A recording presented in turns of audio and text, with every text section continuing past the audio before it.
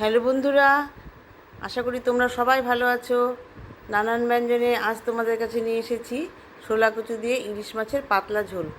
এখানে আমি শোলা কচু নিয়ে নিয়েছি, আর এখানে আমি ইলিশ মাছগুলোর মধ্যে এখানে লবণ আর হলুদ আর তেল মাখিয়ে নেব।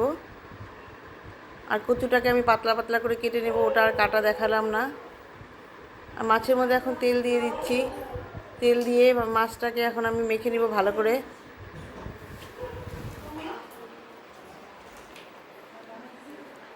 এখন কড়াইতে তেল দিয়ে দিয়েছি। তেল দিয়ে আমি এখন মাছগুলোকে ভেজে নিচ্ছি।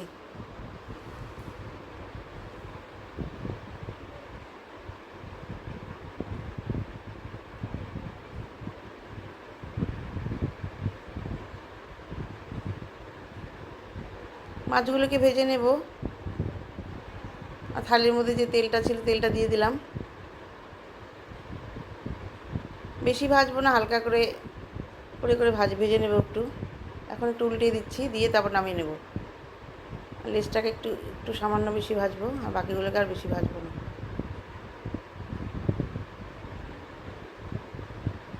ভাজা হয়ে গেছে, এখন নামিয়ে নিচ্ছি। বন্ধুরা, তোমরা যে যেখানেই থাকো না কেন, যদি একটু দেখো তাহলে প্লিজ একটু কমেন্টস করবো এবং পাশে থাকবে। তোমাদের সঙ্গে পরিচয় হলে আমার বহুতই ভালো লাগে। এখন আমি ওই মাছ ভাজা তেলের মধ্যেই কালো জিরা আর একটা শুকনো লঙ্কা ফোড়ন দিয়ে নিলাম।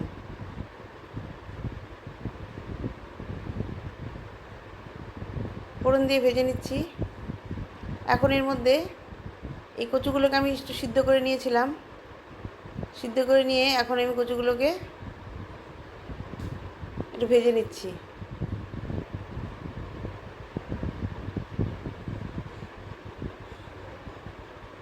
সেদ্ধ মানে সেরকম সেদ্ধ করিনি, গরম জলের মধ্যে অল্প লবণ দিয়ে তারপর হালকা করে একটু সেদ্ধ করে নিয়েছি, যাতে জলটা ফেলে দিলে তাহলে গলা টলা চুলকাবে না। কিন্তু কাটার সময় হাতটা চুলকায় নেই, মনে হচ্ছে ভালো কচুটা। এখন এর মধ্যে লবণ আর হলুদ দিয়ে ভালো করে ভেজে নিচ্ছি।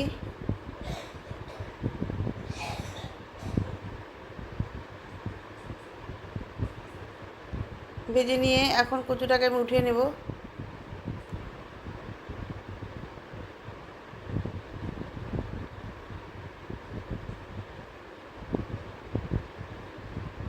এখন ওই কড়াই তেলের মধ্যেই এখন আমি একটু পেঁয়াজ সম্বারটা দিয়ে দিলাম।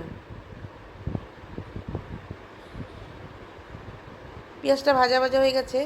এখন এর মধ্যে আদা আর কাঁচা লঙ্কার পেস্ট দিয়ে দিলাম। আদা আর কাঁচা লঙ্কা পেস্টটা দিয়ে ভালো করে মিশিয়ে নিচ্ছি। এখন এর মধ্যে টমেটো পেস্ট দিয়ে দিলাম। টমেটো পেস্ট দিয়ে ভালো করে মিশিয়ে নিয়ে অনেকটা ভাজা ভাজা হয়ে গেছে। এখন এর মধ্যে লবণ আর একটু হলুদ দিয়ে দিচ্ছি।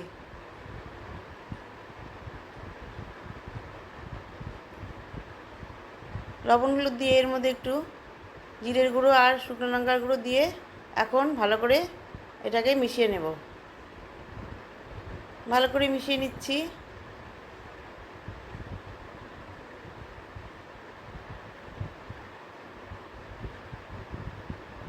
এখন এর মধ্যে ভেজে রাখা কচুগুলো দিয়ে দিলাম।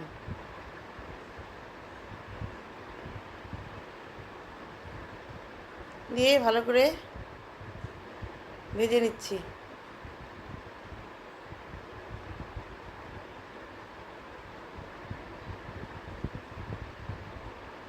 ভালো করে ভেজে নিয়ে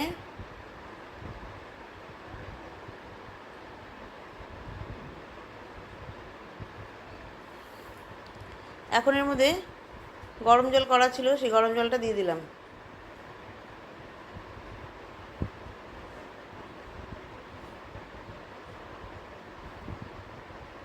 গরম জল দিয়ে ভালো করে ফুটিয়ে নিচ্ছি।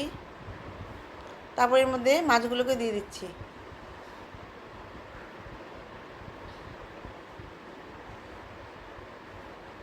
কাছে দূরে যে যেখানে থাকো বন্ধুরা, যদি একটু ভালো লাগে তাহলে প্লিজ আমাকে একটু কমেন্টস করবে, এগুলো সাবস্ক্রাইব করে দেবে।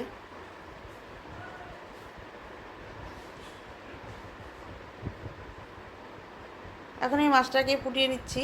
আর এর মধ্যে 3টে কাঁচা লঙ্কা দিয়ে দিলাম। দিয়ে আমার এখন মাছের ঝোলটা প্রায় হয়ে গেল। এখন আমি এর মধ্যে একটু ধনে পাতা অল্প একটু দিয়ে দিলাম, দিয়ে এখন নামিয়ে নেব। বন্ধুরা, আশা করি তোমরা সবাই ভালো আছো এবং ঠাকুরের কাছে আমি প্রার্থনা করছি তোমরা সুস্থ থাকো এবং ভালো থাকো। নমস্কার।